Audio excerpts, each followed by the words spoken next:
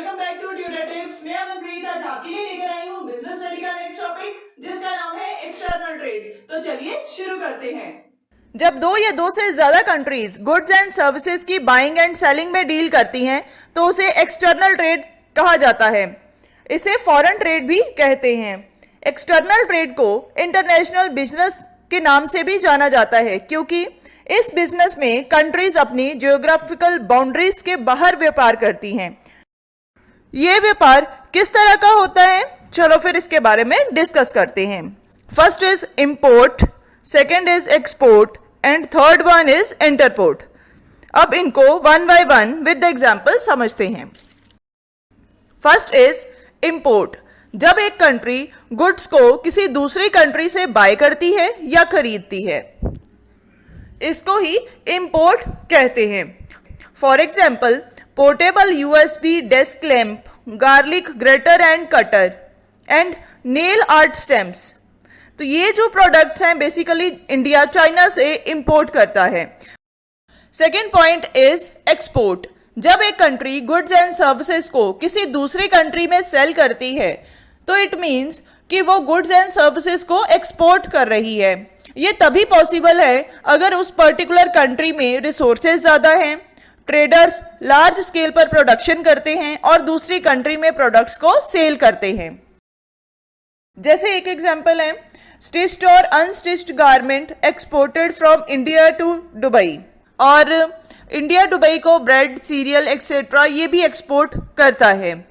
अगर मैं बात करूं फाइनेंशियल ईयर 2017 की तो इसमें इंडिया ने सीरियल एक्सपोर्ट में $5,23,902 कमाए। तो सीधा सा कहने का मतलब ये है कि अगर एक कंट्री एक्सपोर्ट कर रही है तो इससे फॉरेन का पैसा उस पर्टिकुलर कंट्री में आता है। तो एक तरह से हम ये कह सकते हैं कि जो एक्सपोर्टर होते हैं वो अपनी कंट्री में या नेशन में पैसा लाने में हेल्पफुल होते हैं। तो बेसिकली इससे इकोनॉमिक ग्रोथ भी होती है। Third point is interport. जब एक कंट्री दूसरी कंट्री से गुड्स को बाय करती है आगे किसी और कंट्री में सेल करने के लिए, इसे इंटरपोर्ट कहा जाता है। और इसको री एक्सपोर्ट भी कहते हैं क्योंकि बेसिकली उस कंट्री का मेन मोटिव खुद प्रोडक्ट को यूज करना नहीं होता, गुड्स को बाय करके किसी दूसरी कंट्री में सेल करना उनका मेन मोटिव होता है। For example chemical products. India basically foreign countries से केमिकल प्रोडक्ट को बाय करते हैं और आगे उसको फर्दर मैन्युफैक्चरिंग के लिए, मतलब जो कंट्रीज आगे मैन्युफैक्चर करती हैं उनको वो आगे सेल करता है। एक्सटर्नल ट्रेड एक नेशन की डेवलपमेंट और ग्रोथ में हेल्पफुल होता है। चलिए इससे रिलेटेड कुछ पॉइंट्स हैं उनको डिस्कस करते हैं। फर्स्ट इज फॉरेन एक्सचेंज को अर्न करने में एक्सटर्नल ट्रेड काफ़ी हेल्पफुल होता है क्योंकि एक कंट्री ने जब गुड्स को इंपोर्ट करना होता है तो वहां पे उस पैसे का यूज होता है।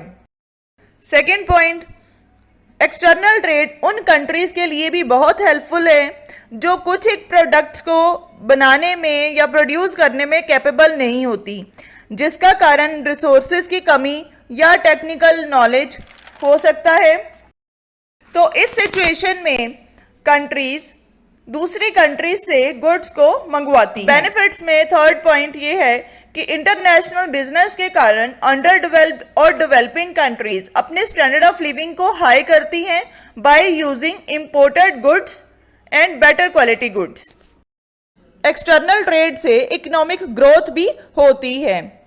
और दूसरी बात, एक कंट्री न्यू अपडेटेड टेक्नोलॉजी को दूसरी कंट्री से इंपोर्ट करवा के गुड्स एंड सर्विसेज को लार्ज लेवल पर हाई क्वालिटी के प्रोडक्ट बनाने और प्रोड्यूस करने की कैपेसिटी को भी इंक्रीज करती हैं। अब कुछ एक इम्पॉर्टेंट टर्म्स हैं जो एक्सटर्नल ट्रेड में यूज होती हैं, जैसे free on board, cost and freight, cost insurance and freight. तो बेसिकली ये क्या है, एक तरह के कॉन्ट्रैक्ट होते हैं एक्सपोर्टर और इंपोर्टर के बीच में। इसका मतलब ये है कि जब तक इंपोर्टर कंट्री तक कोई गुड्स नहीं पहुंच जाती तब तक जो एक्सपोर्टर है वो लायबल होता है रिस्क बेयर करने में या कॉस्ट बेयर करने में गुड्स एंड सर्विसेज की। अगर आपको बिजनेस स्टडी के किसी भी टॉपिक से रिलेटेड नोट्स चाहिए तो कमेंट्स के साथ आप मुझे एक मैसेज कर देना और स्क्रीन पर दिए गए मोबाइल नंबर पर व्हाट्सएप भी कर सकते हो। चलिए आज के लिए इतना ही। अगर आपको ये वीडियो अच्छी लगी तो प्लीज इसे लाइक जरूर करना, शेयर करना, चैनल को सब्सक्राइब करना अगर आप चैनल पे नए हैं तो, और नोटिफिकेशंस के लिए बेल आइकन को जरूर प्रेस करना। Thank you everyone.